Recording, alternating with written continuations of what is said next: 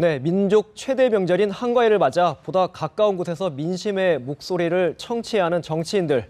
이번에는 단소리보다는 쓴소리를 많이 들을 것으로 보입니다. 최근 정치권 흐름과 추석 연휴 이후의 전망을 국가디자인연구소 허성우 이사장 그리고 원광대 이용호 초빙 교수 두 분 모시고 얘기 나눠보겠습니다. 네, 어서 오십시오. 네, 안녕하세요.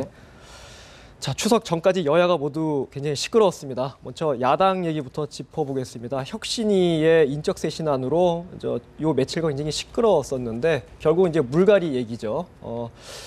문재인 대표 좀 급한 불은 껐다 이렇게 볼 수 있겠습니까? 일단 뭐 급한 불은 끈 게 아니고요. 네. 제가 볼 때는 이제 내일이면 참 우리 민족의 네. 큰 그 명절인 추석이지 않습니까? 추석을 앞두고 이 지금 혁신위에서 11차 혁신안을 발표해서 사실 굉장히 갈등이 심했지 않습니까? 네. 갈등의 주된 내용이 결국 이제 박지원 의원을 찍어낼 건가 말 건가 하는 부분이죠. 근데 이제 그렇게 되면은 호남 민심이 또 이제 어떻게 작용할지 모르니까 우선에 추석 전에 일단은 박지원 의원을 좀 달래는 측면에서 문재인 대표가 일단 그 예외적인 사항을 적용하겠다. 그래서 박지원 의원을 구제하는 쪽으로 방향을 좀 틀지 않나 이런 인상을 줍니다만은 껴안는 발언을 발언을 했죠. 근데 문제는 뭐냐면은 문재인 대표가 혁신이 출범할 적에 5월 25일 날입니까? 아마 출범이 할 적에 혁신에다 정권을 주겠다 했답니다. 했습니다. 혁신에 정권을 준다고 했는데 지금 또 박지원 의원이 저렇게 또 반발을 하니까 또 그것을 껴안는 모습을 보이고 이 지금 문재인 대표가 이 지도력이 굉장히 좀 문제가 되는 이유가 이런 그 일관성 있는 어떤 자세 이런 것들이 좀 부족하다. 당이 깨질 때 깨지더라도 어떤 그 일관성을 갖고 밀어붙인다면은 문재인 대표를 지지하는 어떤 야당 입장에서 볼 때는 좀 안정감을 찾는데 문재인 대표가 자꾸 이 혁신위와 또 당 개혁 문제 또 인사 문제 이런 것들을 갖고 계속 이중적인 잣대 그리고 갈짓자형의 행보 이런 것들이 결국 문재인 대표의 지도력에 대해서 의문을 갖는 이유가 그렇지 않나. 설사 야당 당내에서 반발이 생기고 비주류가 반발이 생기고 또 주류에서도 반발이 생긴다 하더라도 원칙이 정해지면 그대로 끌고 가야 됩니다. 그것이 야당 개혁이지. 개혁이 왜 있는 겁니까?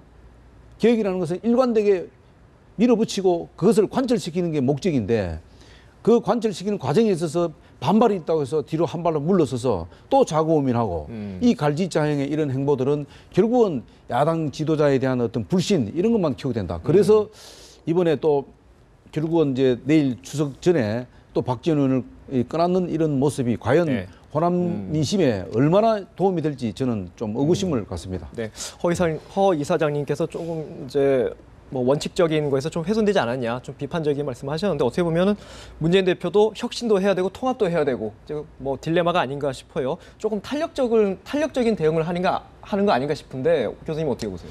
저는 이제 혁신위가 마지막 사실은 그 발표는 안 하고 왔는 게 좋았지 않나 이런 저는 개인적으로 생각이 드는데요. 그렇죠.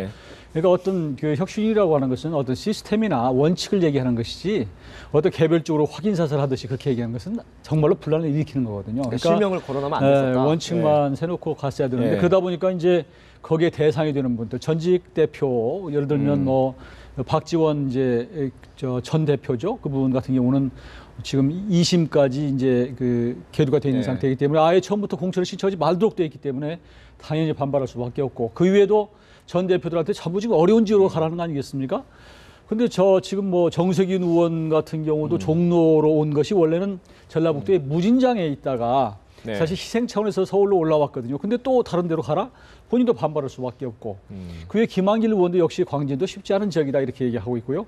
그리고 또 이제 대부분의 전직 당대표들이 다 그렇게 이제 반발하고 있는 상태고 안철수 지금 전 대표도 마찬가지고요. 그런 상태이기 때문에 지금 어떤 문재인 대표의 체제를 마지막 그 혁신위가 가면서 오히려 폭탄 하나 떨어뜨려 놓고 가서 새로운 국면의 싸움으로 지금 변질시켜 놓고 갔다. 저는 그렇게 보고요. 특히 이제 조경태 의원 같은 경우는 또 더구나 그동안에 물론 이제 쓴소리를 많이 했다고 하지만 거기를 그렇게 거론을 함으로 해서 또 이렇게 어떤 이 원칙을 훼손시키는 반면에 또 이제 정청래 의원 같은 최고위원 같은 경우는 사면을 시켜놓고 그러다 보니까 오직 하면은 이제 안병욱 윤리심판원 원장 같은 경우도 뭐 사퇴하겠다 지금 이런 거 아니겠습니까? 그래서 저는 오히려 이 마지막에 혁신이라는 이름하에 나름대로는 노력을 해왔지만 마지막 어떤 던져놓고 간 여러 가지 그 발언들이 오히려 문재인 대표를 정말로 질적으로 어렵게 하고 갔구나. 그래서 저는 추석 이후에 상당한 여전한 내홍이 계속될 걸로 봅니다. 차라리 그 이번에 혁신위에서 뭐 당 중진들이 이제 열세 지역으로 출마하라는 그 안 자체는 나쁜 건 아닙니다. 네. 전직 대표도. 그러나 이게 이제 예를 들어서 조금 아쉬운 게 혁신위에서 좀 현실을 좀 너무 좀 안이하게 생각하는 게 오히려 안철수 의원 같은 경우는 지역구를 옮기려고 할 게 아니고 사실 수도권을 권역별로 맡겨야 됩니다. 안철수는 수도권. 본인 지역구 정세균. 노원을 다시 그렇죠. 하면서 노원을 수도권을 맡아야 그대로 된다. 놔둔 상태에서 정세균과 두 사람이 수도권을 상거리로 끈들하고 예. 그다음에 문재인 대표는 뭐 어쨌든 출마 근거를 받았지만은 그러면은 이 소위 말하면 경남, 부산 경남을 맡아서 끌고 가게 네. 되고 뭐 이렇게 해서 권역별로 뭔가를 이 지역을 맡겼다면은 괜찮은데 이것을 지금 안철수는데 초선 의원입니다. 그렇지 않습니까? 지금 정세균 의원도 지금 종로로 옮긴 지가 지금 네. 이번이 처음이지 않습니까? 처음 지금 지역구를 다지고 있는 상태에서 다른 지역으로 옮기라는 것은 그 말이 안 되는 겁니다. 왜냐하면 첫 번째는 뭐냐면 그 지역 주민들에 대한 예의가 아닙니다. 첫째는. 그렇기 때문에 안철수는 당연히 정세균은 반발할 수밖에 네. 없죠. 예를 들어 3선, 4선 정도가 됐다면 그 지역에 한 지역에서 그렇다면 지역을 옮기는 것은 또 다른 차원입니다. 근데 정세균 의원도 다선이지만은 종로는 처음입니다. 그렇죠. 그래도 안철수는 안마찬가지입니다. 네. 초선이지만은 그 지역구가 처음이기 때문에 그 지역을 문재인 대표도 그렇고요. 그렇죠. 네. 문재인 대표 그 지역을 지킨 상태에서 다른 수도권이면 수도권 아니면 뭐 영남권이면 영남권 이렇게 해서 권역별로 맡아서 이렇게 하게 되고 또 마찬가지입니다. 박지원 의원도 예를 들어서 박지원 의원이 당 중진이라면은 그럼 호남권을 맡겨서 그럼 호남권에 대해서 호남 바람물을 하세요. 이렇게 해서 주문해 줘야 됩니다. 혁신위에서. 근데 혁신위가 이런 아무래도 제가 볼 때 혁신위가 이런 이 선거를 잘 치러보지 않고 이 탁상 일종의 말하면 좀 나쁘게 말하면 부정적으로 말하면 탁상 공론을 할까요? 그런 측면에서 좀 현실성 없는 대안을 내놓음으로 해서 오히려 문재인 대표를 도와주려고 하는 게 아니고 문재인 대표를 계속 그 궁지로 몰아넣는 그런 혁신안이 됨으로 해서 지금 야당이 저렇게 혼란스럽지 않나 그렇게 봅니다. 두 분 다 혁신위의 마지막 안은 조금 정교함이 부족했다. 뭐 그렇습니다. 그런 지적을 하시는 것 그렇더라도 같은데요. 지금 이제 신당이 지금 밖에 생긴다는 네. 거 아니겠습니까? 그리고 추석 지나고 나서는 비주류 의원들께 지금 연쇄 접촉이 네. 뭐 있을 거라는 보도도 나오고 있기 때문에 그렇지 않아도 원심력이 작용하는 상황에서 막말로 안철수 의원도 내년 총선을 사실은 새정치연합으로 치를지 말지도 모르는 상황이에요. 거기다 대놓고 어려운 지역으로 가라?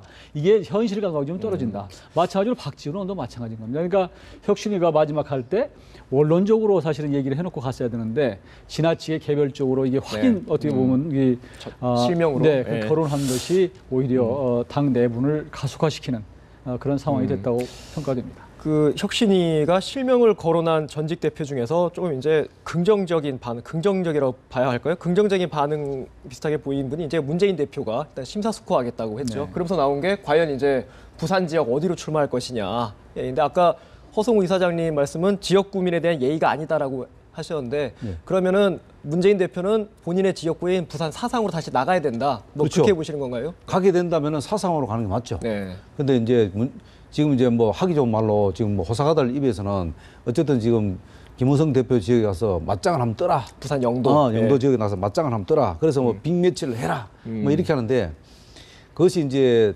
빅매치를 해서 될 게 있고 안 될 사안이 있습니다. 근데 아까도 얘기했지만은 빅매치를 할 때는 그 자기 지역이 확실하게 굳어져 있는 상태에서 대부분 당 대표들은 주로 이제 전국구를 다닙니다. 전국구를. 그렇기 때문에 지역구가 확실하지 않는 상태에서는 전국 다니기가 어렵습니다. 그리고 당대표라는 것은 전국적인 이미지를 갖고 있기 때문에 어딜 가더라도 바람몰이가 가능합니다. 네. 예를 들어서 뭐 부산에 뭐 사고 아니더라도 다른 지역이라도 어디 가게 되면은 다른 지역구 의원들이 우리 대표님 여기 좀 와주세요. 뭐 저기 와주세요. 이렇게 막 요청을 합니다. 그러면 거기 가게 되면은 또 지지율이 북북북 올라갑니다. 그렇게 하는데 그런 상황을 하지 못하도록 당 대표들을 발을 딱 묶어버리면은 선거를 누가 치릅니까? 네. 그리고 문재인 김무성 대표나 문재인 대표를 전국적인 전국적인 개인 지지도를 갖고 있는 당내 주자들이 거의 없지 않습니까? 그렇기 때문에 그런 부분들을 발을 묶어 놓는 그런 이런 당 혁신위에서 그런 부분들은 좀 현실에 맞지 않다. 아까도 제가 말씀드렸습니다만 자꾸 현실에 맞지 않는 안들을 내놓기 때문에 혁신위가 지금 혼란을만 불러일으킨다 이렇게 말씀드리죠. 그래서 제가 볼 때는 지금 그 빅매치는 아마 일어나기 현실적으로 어렵지 않겠나. 다른 지역, 부산의 다른 지역은 가능성 있는 지역이 있을까요? 뭐 해운대라든지 그런 지역을 얘기하는 분도 계시던데. 그런 데는 가능성은 있는지 모르겠지만 또 어떻게 보면 지역구에 대한 예의가 아니죠. 어쨌든 사상으로 나가야 된다. 그럼요. 예. 저희 교수님한테 저도 지금 문득 저기 다시 의문이 드는 게 문재인 대표가 예전에 부산 지역구에 출마하지 않겠다고 한 게 지금 허위 사장이 말씀하신 것처럼 본인은 대권 주자로서 전국적으로 바람몰이 하겠다 이런 취지였는데 오히려 혁신위는 부산에 가서 그걸 지켜라 뭐 이런 얘기란 말이에요. 전략적으로 뭐가 더 맞습니까? 총선 전략상. 저는 이제 문재인 대표가 그 부산 불출마를 선언하고 전국을 돌면서 이 다른 후보를 지지하는 지원하는 이런 형태를 생각하고 불출마를 한 건가? 아니면 조경태 의원이 얘기하는 것처럼 부산에 될 가능성이 좀 희박할 수도 있다. 그러니까 그런 위험한 상황에서 본인이 불출마를 한 거 아니냐 이런 얘기도 있거든요. 그러니까 뭐 그건 우리 알 수는 없죠. 그러니까요. 그러니까 그런 상황이기 때문에 저는 지금 근데 문제는 지금 혁신위가 던져고 간 것이 문재인 대표에게 지금 부산으로 다시 나가라는 거 아니겠습니까? 근데 혁신위가 얘기하는 기본적인 어떤 정서나 톤은 적지로 하라는 얘기예요. 그러니까 희생하라는 사실성이. 그걸로 봐서는 문재인 대표가 부산에 나가도 쉽지 않다고 하는 것이 전제가 있다. 저는 그렇게 보는 건데 문재인 대표가 만일 돌아간다면 저는 아까 허 이사장 말씀하신 대로 원래 지역구라고 하는 것을 두는 이유는 그 지역민의 정서를 대변하고 이익을 대변하는 측면이 있기 때문에 엊그저께까지는 그쪽 의원 했다가 다음 이웃으로 간다는 것이요. 그 지역민들에 대한 상당한 배신 행위가 맞습니다. 근데 그런 차원에서 저는 돌아간다면 원래 지금 사상구로 가는 게 맞고요. 거기에 비례대표로 있는 다른 의원이 지금 하고 있지만 그럼에도 불구하고 약간 가는 게 맞다. 그리고 이제 그러나 많은 이제 정치 평론이나 다른 우리 유권자들 볼 때는 이 기회에 그러면 김무성 대표하고 문재인 대표가 한번 붙어라. 자꾸 영도로 모는 분위기가 있어요. 그래서 영도다리에서 한번 붙어라 이런 얘기를 하고 있는데 그것은 흥미거리고 자칫하면 너무 정치를 조금 가볍게 만드는 것이 있다. 그런데 이제 김무성 대표로 봐서는 사실은 잘해야 본전이에요. 자기 지역이니까. 반대로 근데 예를 들어서 문재인 대표로 봐서는 믿져야 본전인 이런 싸움이 되기 때문에 문재인 대표는 사실 붙을 수 있어요. 가서 저도 난 다른 지역이기 때문에 박빙으로 져야 되겠죠, 지더라도. 이제 그 차이는 있을 수 있겠지만 그래도 원래 이제 김무성 여당 대표로서 지금 탄탄하게 지역을 다져온 김무성 대표가 다투는 것이기 때문에 거기서 서로 가서 저도 그렇게 치명상을 입지는 않는다. 그러나 김무성 대표로 봐서는 상당히 타격이 된다고 봐야 되겠죠. 그리고 지금 혁신위의 좀 오류 중에 하나를 더 지적하고 싶은 게 뭐냐면은. 이게 이제 야당의 목표는 20대 총선의 목표는 과반 이상을 획득하는 게 목표입니다.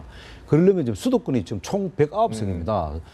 서울, 경기, 인천 포함해서 좀 총 109석입니다. 지금 이번에 조금 더 또 늘죠. 그래서 플러스가 더 지금 현재로서 한 109석입니다. 그러면은 거의 아마 절반 가까운 건데 지역구에 간다면 그렇다면은 모든 야당이 지금 당력을 어디다 쏟아야 되냐면은 수도권에다 쏟아야 됩니다. 그렇다면은 문재인 대표가 부산에 가는 게 맞는지 수도권을 해서 출마해서 맞는 건지 그것조차도 제대로 판단을 못했다는 것이 그게 혁신이 아니 과연 되겠냐 하는 거죠. 그렇다면은 오죽했으면은 그 야당 내에서도 호남으로 출마하라 뭐 이런 얘기까지 나오겠습니까? 예?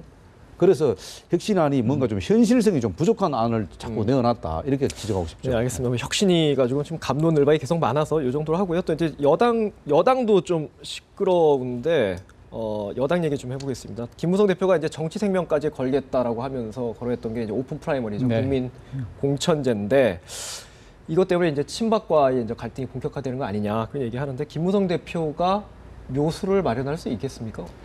지금 이제 추석 연휴 이전에 그 문재인 대표하고 두 분이 지금 만난다는 거 아니겠습니까? 김무성 대표로 봐서는 추석 이후까지 이 어떤 큰 윤곽을 만들지 못하면 지난번 친박에서 예고편에서 좀 보여줬거든요. 윤상현 의원이 친박 대권 후보도 나올 수 있다 그런 얘기 있었고 그 이후에 또 서청원 최고위원이 이제 그 정치 생명을 걸겠다고 그랬는데 오픈 프라이머리에 거기에 대한 대안을 내놓으라 현실적으로 어렵게 되지 않았느냐 이렇게 지금 얘기를 해놓기 그런 상태이기 때문에 만일 추석 연휴 과정에서 어느 정도 이걸 가닥을 잡지 않으면 어떻게 보면 이제 김무성 대표로서는 굉장히 절박한 상황이기 때문에 저는 그 전에 빅딜 가능성이 있다고 봅니다. 왜냐하면 지금 여당에서 생각하는 것은 이제 오픈 프라이머리거든요. 그리고 야당이 생각하는 것은 권역별 비례대표인데 지금 우리 국민들이 생각할 때도 권역별 비례대표가 어떻게 보면 지금처럼 전국으로 비례대표를 해가지고 사실 이름도 모르는 사람을 거론하는 것보다는 그래도 권역으로 해서 어떤 걸 하는 것이 괜찮지 않냐 그런 얘기도 있거든요.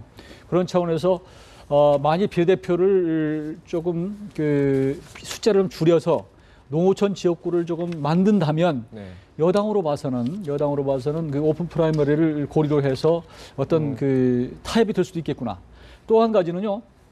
꼭 국민 완전 경선제가 아니더라도 지금 새정치연합에서 내놓은 것이 국민 그 공천 단위 아니겠습니까? 그래서 뭐 300에서 1000명 정도 규모로 해서 이제 한다는 것인데 그 정신은 비슷하기 때문에 그 규모를 좀 키우고 해서 만약 새누리당 쪽에서 그 정신을 살려서 뭐 규모를 뭐 수천 명으로 늘려서 만약 선관위에서 하도록 하면 사실 지금 여당에서 새누리당에서 얘기하는 오픈 프라이머리의 어떤 정신을 살리고 야당과도 접점을 찾을 수 있는 여러 가지 묘수는 저는 있을 거라고 봐요. 그리고 정치권 보면 참 머리가 좋더라고요. 그래서 지금 우리가 겉으로 나와 있는 것만 갖고는 판단하지 못하고 나중에 보면 뭐 묘수를 찾아내긴 하는데 저는 그 과정에서 지금 여러 가지를 시뮬레이션하고 찾아내고 있는 과정이 항상 아닌가 싶습니다. 저희가 생각하는 것보다 또 다른 수가 하나 나오더라고요. 그 두 대표의 발언만 보면은 상당 부분 의견이 좁혀진 거 아닌가 싶어요. 김무성, 문재인 대표 간에. 예, 지금 이제 이 교수님께서 말씀하신 대로 사실은 지금 그 양당 대표가 만난다는 것은 그냥 단순히 뭐 얘기만 하려고 만난 거 아닙니다. 거의 물밑 협상이 마무리되는 시점에 대해서 주로 이제 양당 대표가 만나지 않습니까? 그게 이제 협상의 원리 아닙니까? 그러다 보니까 일정 상당 부분 실무 협상에서 접점을 찾았지 않았나? 그러면 접점을 찾았다면 어떤 그러면 접점을 찾을 거냐 하는 부분인데 예를 들어서 지금 그 9월 30일 날 그 의원총회에서 김종훈 정책의장이 이런 발언을 했습니다. 어느 후보도 가려고 하지 않는 지역에 당 추천이 있어야 되지 않겠나 이런 얘기입니다. 그건 전략 공천하자. 지금 말하면 전략 공천이 필요하다는 의미예요. 그렇다면 뭐냐면은 오픈 프라이머리를 하는데 전략 공천을 말이 안 되지 않습니까? 왜냐하면 김무성 대표도 단 한 명도 전략 공천 하지 않겠다고 배수를 쳤는데 그렇다면은 김무성 대표가 그렇게 가지고 얘기했는데도 정책의장이 이렇게 한 거는 뭐냐면 오픈 프라이머리에 대한 한계를 지적한 겁니다. 예를 들어서 오픈 프라이머리를 하게 됐을 경우에 새누리당이 호남권에서 후보가 있느냐 말이죠. 후보가 없습니다. 후보가 없는데도 어떻게 오픈 프라이머리를 합니까? 마찬가지입니다. 새정치연합도 영남에서 후보가 특히 대구 경북에서 거의 후보가 없습니다. 김부겸 의원 빼고는. 없죠. 김부겸 의원도 혼자 있죠. 무슨 오픈 프라이머리가 되겠습니까? 그건 단일 후보로 그냥 되는 거예요. 거기도. 그렇기 때문에 그런 후보의 어떤 빈약함, 그러니까 이런 그 인재풀이 없다는 거예요. 지역에. 그런 상황에서 과연 이게 오픈 프라이머리가 가능하겠나? 결국은 오픈 프라이머리는 지역 한계성을 극복할 수 없다는 거예요. 그렇다 보면은 지역적으로, 지역 단위로 오픈 프라이머리를 할 가능성이 높지 않겠나? 그러면 그것을 누가 할 거냐? 그러면은 선관위에서 해줄 가능성이 높다. 그러니까 오픈 프라이머리를 전국을 대상으로 할 게 아니고 지역을 좀 잘라서 예를 들어서 뭐 수도권이면 굉장히 경쟁이 치열하잖아요. 그러면은 야당도 받아들일 가능성이 있다. 그렇지 않습니까? 그리고 호남을 제외한 뭐 충청이라든가 대구 경북을 제외한 그 외의 지역은 오픈 프라이머리를 할 가능성이 높다. 왜? 후보군들이 많기 때문에. 지역별로 차별화해서 적용한다. 그렇죠. 예, 그래서 호남과 그 대구 경북은 제외한 특히 아마 제가 볼 때는 수도권 같은 데는 오픈 프라이머리를 해도 야당이 불리할 게 하나도 없다. 오히려 야당이 문재인 대표 입장에서 볼 때는 받을 만한 카드죠. 단 그것을 받았을 적에 그러면 여당이 줄 카드가 뭐냐? 이것은 뭐냐면 야당에서 원하는 소위 말하는 비례대표를 조금 늘려야 된다는 부분인데 그럼 비례대표를 늘리지 않는 상태는 그러면 석패율 제도를 도입하는 자. 석패율 제도는 이미 벌써 새누리당에서 이미 당론으로 확정돼 있는 상태이기 때문에 그 부분은 야당의 줘도 큰 무리 없이 받지 않겠나. 그래서 석패율 제도하고 오픈 프라이머리를 지역을 잘라서 하는 그런 그런 빅딜을 할 가능성도 있지 않겠나. 딱 일률적인 것보다는 조금 다소 복잡할 수 있지만 묘수를 찾을 수 있을 거다. 지역별로 좀 그걸 편차를 둬서 하는 방안을 마련할 가능성도 있지 않겠나. 그래 보고 있습니다. 저도 그 동의를 많이 하는데요. 그러니까 기본적으로 이 오픈 프라이머리를 왜 하려고 그러느냐. 이것이 늘 공천 과정에서 투명하지 못했기 때문에 그러니까 당 대표나 주류 쪽에서 그 작용을 하거든요. 그러니까 이것에 대한 것을 국민들한테 돌려준다는 게 이제 취지이기 때문에 만일 어떤 형태로 되든 간에 더 저런 핵심이 이 선관위가 말하자면 공천에서 어떤 뭐 여론조사든 혹은 그 외에 국민 그 공천단이든지 하면 제가 보기에는 오픈 프라이머리의 정신을 충분히 반영할 수 있다. 좀 저는 그렇게 담보하면서. 봅니다. 네. 그리고 또 하나가 뭐냐면요. 지금 이제 지금 또 하나가 지적할 것이 뭐냐면 이 지금 이 여야 대표가 만나서 이 지금 빅딜을 중에 하나가 가장 큰 우선순위가 하나 있습니다. 지역구 획정위원회를 빨리 결정해 줘야 됩니다. 지역구 수를 늘릴 것인지 비례대표를 줄일 건지 아니면 비례대표를 늘리고 지역구를 줄일 것인지 이것이 합의가 되지 않으면 다른 걸 할 수가 없어요. 빅딜을 할 수가 없어요. 다 같이 맞물려 있는 맞물려 거잖아요. 있습니다. 네. 예. 지금 야당은 어쨌든 비례대표를 늘려갖고 권역별 비례대표를 하고 싶은 게 야당의 목표예요. 근데 여당은 그거를 반대했습니다. 공식적으로. 왜냐하면은 그거는 구소정당에 난립을 해갖고 이 정치권이 굉장히 힘들어집니다. 그리고 또 권역별 비례대표를 도입하게 되면은 실제로 여당은 굉장히 손해를 봅니다. 왜냐하면 야당이 합치면은 과반수 넘을 수도 있거든요. 네. 그런 상황이 있기 때문에 여러 가지 복잡하기 때문에 그것을 순서적으로 지역구 비례대표를 어떻게 할 것인지 그 부분부터 먼저 빨리 정하고 그 다음 순서로 오픈 프라이머리를 할 것인가 또 아니면 권역별 비례대표인지 아니면 석배를 할 것인지 이런 것들이 순서적으로 하지 않겠나 그렇게 봅니다. 워낙 네. 복잡한 사안이라서 결국은 지도부 간의 빅딜이 불가피하지 않겠느냐 그렇죠. 이렇게 생각을 하는데 이게 또 김무성 대표가 28일 연휴 도중이죠. 이제 추석 내일 모레 28일에 당 회의를 소집했어요. 굉장히 이례적이거든요. 빅딜 가능성이 굉장히 높은 거 아닌가요?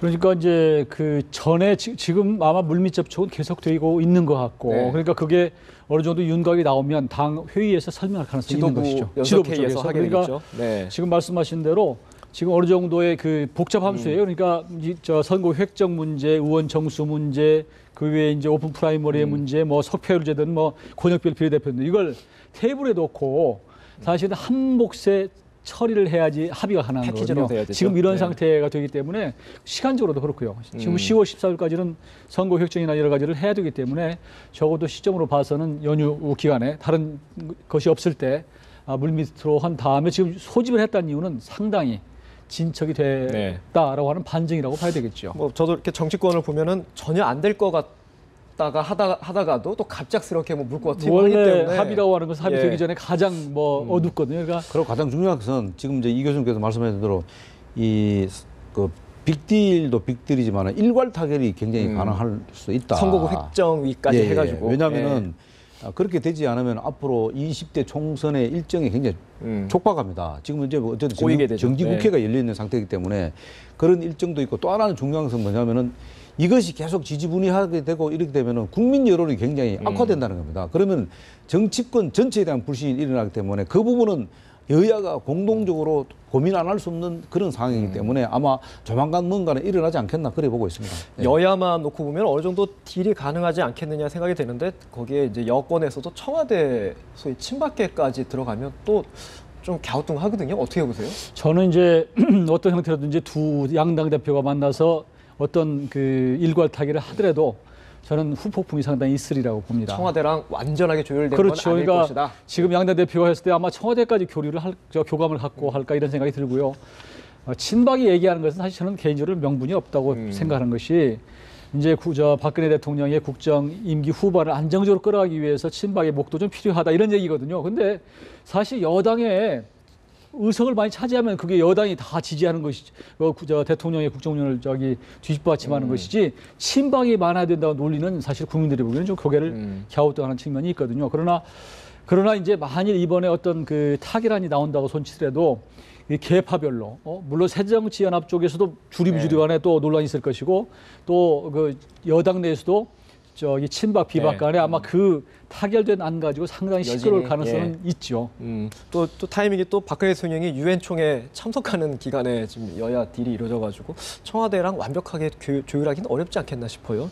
그래도 어쨌든 뭐 지금 박근혜 대통령께서 이제 추석 기간 동안 지금 유엔 총회 참석하는데 그 사이에 사실은 어떤 일정 부분 그 여러 가지 이제 정책 현안들을 아마 그 마무리하는 게 좋지 않겠나. 왜냐하면 그 마무리가 돼야지 지금 남아있는 지금 이제 그 국정조사 기간 동안에 사실 박근혜 대통령이 주장하는 국정 아젠다 4대 개혁 이것을 마무리해야 되거든요. 그리고 또 우선 노동개혁부터 지금 해야 되는데 네. 어쨌든 노사정위원회가 일단 합의를 봤기 때문에 그것을 마무리하기 위해서는 결국은 이제 야당의 도움이 필요하다. 야당의 도움이 필요한데 야당이 지금 당내 문제로 자꾸 지지부는 끓으면은 자꾸 늦어질 수밖에 없거든요. 네. 그래서 가능하면 이런 것들을 일괄적으로 타결하고 빨리빨리 철거해야 진행해야지 된다. 네. 그 대통령이 원하는 그 노동 4대 개혁이 진행도 될 수밖에 없다. 그 4대 개혁이 진행이 빨리 완수가 돼야지 박근혜 대통령이 지금 추진하고 있는 그 경제 살리기 그것이 일단 일종의 가시적 효과를 볼 수 있다는 거죠. 만약에 그게 되지 않으면 경제 살리기의 어떤 가시적 효과를 보기에는 굉장히 어렵다. 그렇기 때문에 박근혜 대통령 입장에서는 이번 유엔 총회 참석 기간 동안 뭔가를 좀 국회에서 여러 가지 사항들이 좀 일괄 타결됐으면 좋지 않겠나. 그런 아마 주문이 틀림없이 있었을 겁니다. 예. 여야 대표 간에 뭐 담판을 해서 뭐 빅딜을 이루어진다고 해도 그 내용에 따라서 이제 후폭풍이 뭐 간단치 않을 텐데 그거는 지켜봐야 될 것 같고 지금 유엔 총회 방문예가 나왔으니까 좀 마지막으로 관심 받는 부분이 좀 혹시 이제 반기문 대망론, 이제 친박 주자, 대권 주자론과 맞물려서 반기문 대안론으로 이제 좀 버전이 바뀌었는데 어떻게 그러니까요. 보세요?